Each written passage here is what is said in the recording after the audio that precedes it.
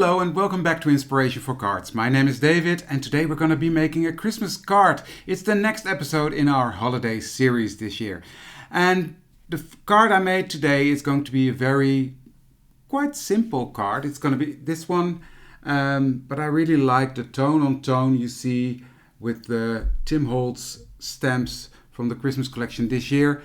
Beautiful stamps, you will be seeing more of them, but this is the card I made with those stamps as well. I will link a video somewhere here where you can see another card that I made using these stamps, but they are really nice. It's the watercolor set 2 from this year.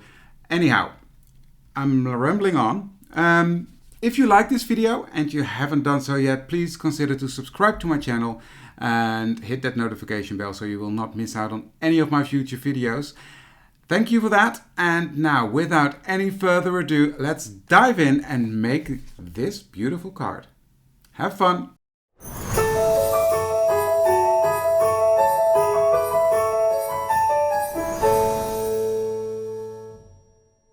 And here are all the products that I'm going to use to make this Christmas card. It's going to be nice, clean and simple. As usual, I will list everything in the description box.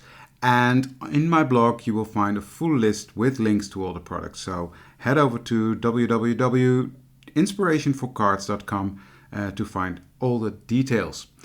Now, let's dive in. I'm going to make a simple and clean card, so follow along with me. Now what I've done, I've already pre-cut everything out that I'm going to use because that just saves a lot of time in the video, otherwise it would become a really long video. And I'm going to be using brown colors and I'm going to mount everything on craft, which is a first for me because I don't use craft a lot, but I had it and I thought I might as well use it, and it's going to be a very soft tone. So let's dive in. First we're going to stamp all the foliage, and as I mentioned, I've already pre-cut everything out using my Gina K Master Layouts 8 set because that's a beautiful set, and it allows for bigger cards, so that's really nice. So I'm gonna see just quickly, I'm gonna put this in the middle and see how I stamp this coming out from the middle. So I will just go ahead and stamp a bit of this foliage. And then we'll see. I'm going to put this on a Ranger Jim Holtz collection acrylic block. I'm not going to use my Misty for this because I'm going to keep switching stamps and it's going to drive me crazy. So I'm not going to do that. Now I'm using antique linen ink. So not the oxide, no, just a normal ink, because I want sort of a watercolor impression. There's the first one.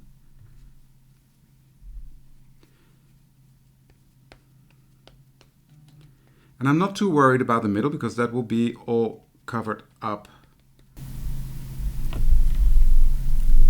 So that was the first one. Now I'm going to take the smaller one, put that on the block. Oh, wrong ink. Ink it up.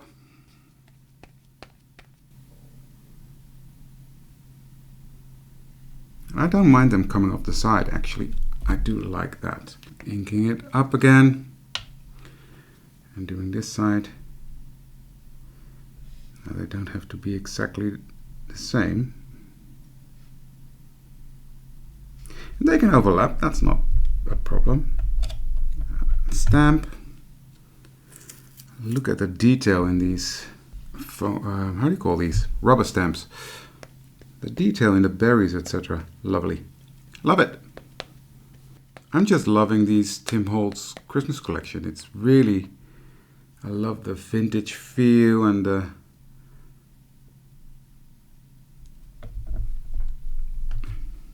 there we go.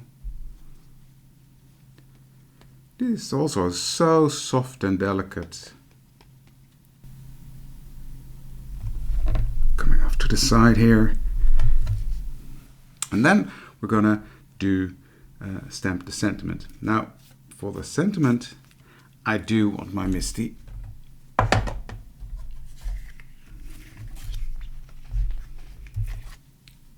Okay, let's do that. This is gonna be fun. Now I need to really position this well. It barely fits.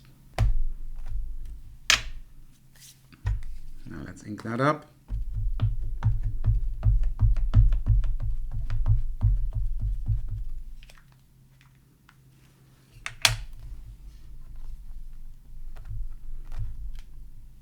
Stamp. Yeah, beautiful.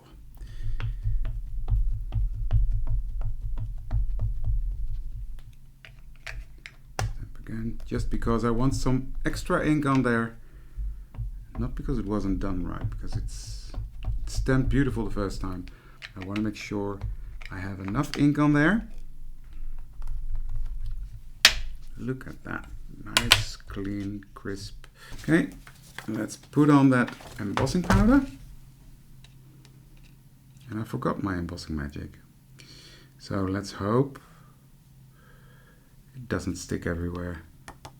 And if it does, we'll clean it up. But I'm lucky. Just gonna take my little brush, my angled brush, and I'm gonna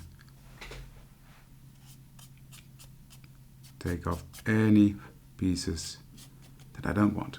There we go. Now I'm gonna heat emboss this to bring out the shine.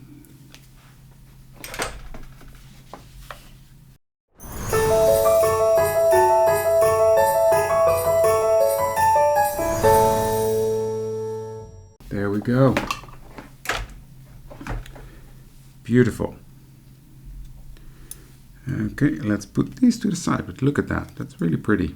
Now, I want to do something extra to this card before I put on the vellum, etc. I have these two distress glitters, garland and tinsel. I like tinsel, so I know what I'm going to do. I'm going to take my glossy accents and just on some spots on the berries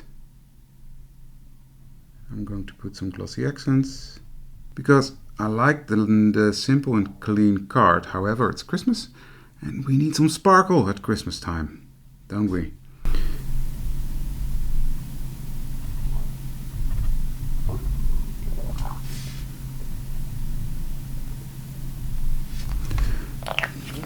Take out some of the glitter.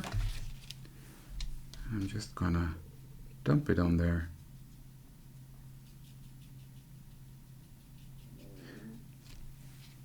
And this is really a fun technique because the glossy accents takes the glitter really well.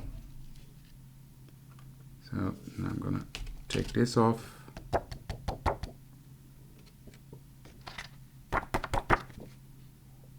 Gonna let that dry, and when it's all dry I will come back and then we will assemble the card. See you in a bit. Now while this is drying I can already attach the vellum. Now with vellum, yeah, that's a different story. Vellum is see-through and you will also see through any adhesive you put on there. So it's important to glue it in strategic positions. Now this vellum that I've used is quite sturdy. It's a thicker kind of vellum. You can also heat emboss this, etc. You saw that actually in my previous Christmas card video where I heat embossed Santa on this vellum. It's quite sturdy, so it doesn't need to be attached completely.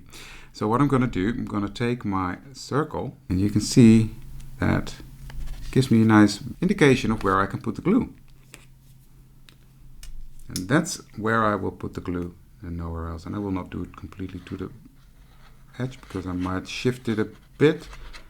But this will make sure that the vellum is adhered very well to the cardstock without seeing the glue. And look how perfectly this Gina K master layouts fits together. The stitching is completely aligned. I love it. Now while that is drying I'm going to assemble my sentiment. I'm just going to use my HTG Advanced Tape Glider tool put some adhesive on the back of this circle. This circle. Now, sorry, I'm going to do this off image a bit. Well, we'll try to keep it in the frame, but I have to see whether I put it on correctly. Not like this. And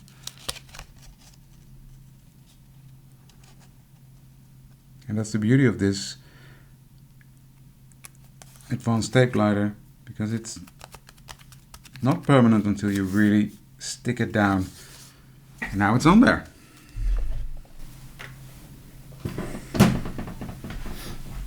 Now this is quite plain looking to me. So what I'm going to do, in this set that I've used, you have these little snowflakes. And I'm going to put that on my acrylic block. And I'm just going to ink up this one little snowflake.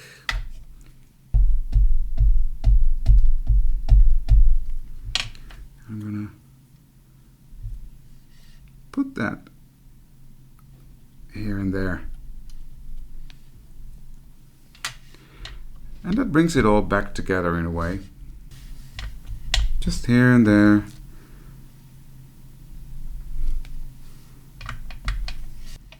Just one more here. You can even take it over the text because it's heat embossed, so the heat embossing will resist the ink. That's better. Just brings it all in together. Next I'm going to put some foam tape on the back of this because I want this to be slightly up. And I'm going to take my big roll of 3M, it's massive, look, foam tape. I'm going to cut some squares of it. Then I'm going to take my tweezers. I just take everything that's sharp pointed and that's at hand. I have no nails, so I can't peel them off with my nails. Okay, let's put it on there. There we go. Okay, then I'm going to turn it over. Take my ATG gun. I'm going to put the adhesive on the back. Now I'm not going to put this up. There is enough dimension on the front.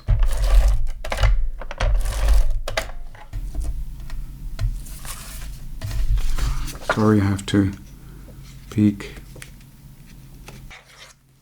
I'm going to take my art glitter glue and I'm going to put this on the card. Now I have to look from above, make sure it's smack in the middle, and there it is. And here is the finished result. My very clean and simple Christmas card. Now if you liked this video, please consider to subscribe to my channel so you won't miss the next ones, and hit that like button. I want to thank you for watching this one, and I'll see you for the next one. Thank you. Bye.